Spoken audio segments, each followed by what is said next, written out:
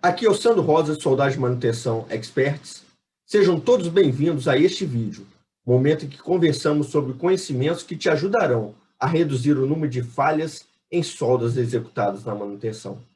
E o assunto a ser abordado hoje é a soldagem de aços baixa liga ao cromo.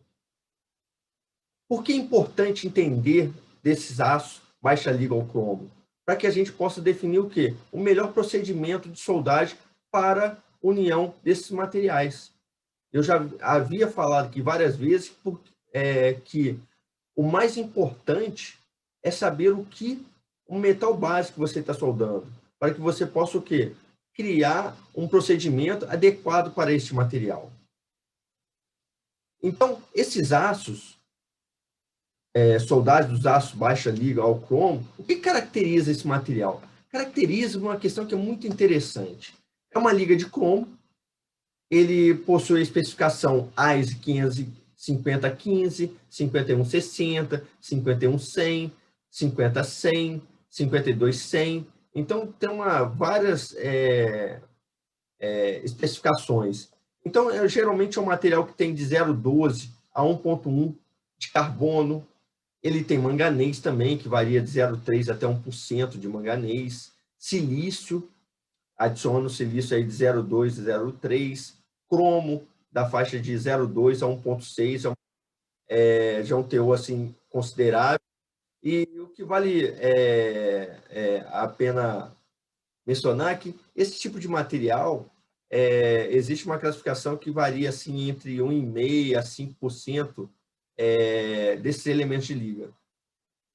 Tá, okay? O somatório dos elementos de liga adicionados ele tem que variar entre 1,5% até 5%, aí, mais ou menos, para que ele possa ser considerado um aço de baixa liga. Então, qual é a aplicação desse material?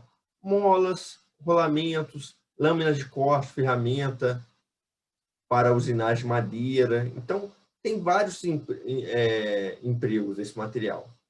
Então, esse material ele é muito interessante porque essas ligas aí, quando a gente vai unir, se você for, geralmente esses materiais aí, ele possui uma resistência mecânica e uma tenacidade assim muito interessante, mas e essa propriedade pode subir ou pode diminuir dependendo do tratamento que for feito, né, logicamente. Então, esses aços aí com teores aí entre 0,20 de carbono, precisa tomar algumas precauções contra a trinca, porque costuma surgir trinca com esse material. Então, eu sempre falo o seguinte, a questão da soldagem é a gente minimizar os efeitos da soldagem.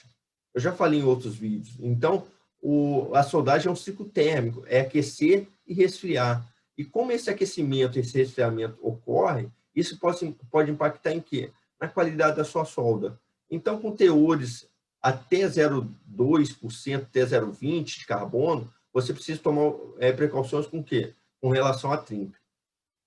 E se eu estou trabalhando com espessuras mais altas aí de material, aí eu preciso tomar um certo cuidado com o quê? Eu preciso, ainda mais se tiver cromo em quantidade um pouco mais elevada, aí eu preciso o quê? Fazer um pré-aquecimento de até 400 graus.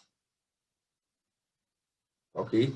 Então, vai aumentando a espessura, você já tem que fazer um pré-aquecimento aí.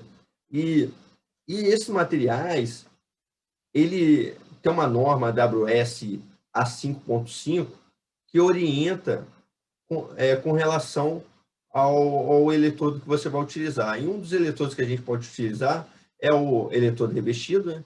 9018, B3. Aí esse sufixo é bem interessante porque ele está relacionado ao teor de cromo. Então, B1 tem um mais baixo, B2 é um teor um pouquinho mais alto, B3 teor mais alto, B4 mais alto ainda e B5 mais alto ainda. Então, é muito importante você saber a composição química do material, o teor de cromo, para que você possa avaliar esse sufixo e ver qual o mais adequado para ter a composição química mais próxima do metal base. Lembrando que é uma coisa muito interessante, que dificilmente você precisa fazer um teste com esse material, porque mesmo que você tenha um material bem parecido em termos de composição química, não necessariamente quando você soldar vai ter um nível de propriedade mecânica parecido. Então, você precisa fazer uma qualificação do procedimento, avaliar, fazer os testes, para poder ver se está dando a resposta que você objetivo. Então, esse eletrodo aí é 9018, aí 90 é o nível de resistência, que esse material tem uma resistência alta, quando necessitar alta resistência, ou se houver o quê? Tratamento térmico posterior, tá bom? Eu posso também utilizar o eletrodo 7018, que é o Coringa, né? Eu sempre falo o seguinte, é o Coringa porque, na verdade, a gente encontra esse consumível aí,